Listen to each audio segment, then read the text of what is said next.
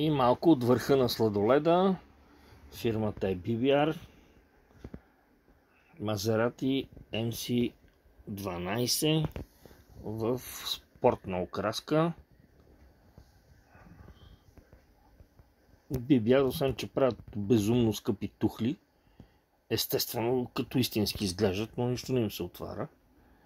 Правят и мънички моделчета за обикновените хорица, като нас. И може да му се насладим на поредния шедьовър. Предишните няколко бяха Alfa Romeo Giulia и MC20. Това е MC12 в спортна окраска. Красиво е много. Също препоръчвам, към всяка колекция задължителен модела.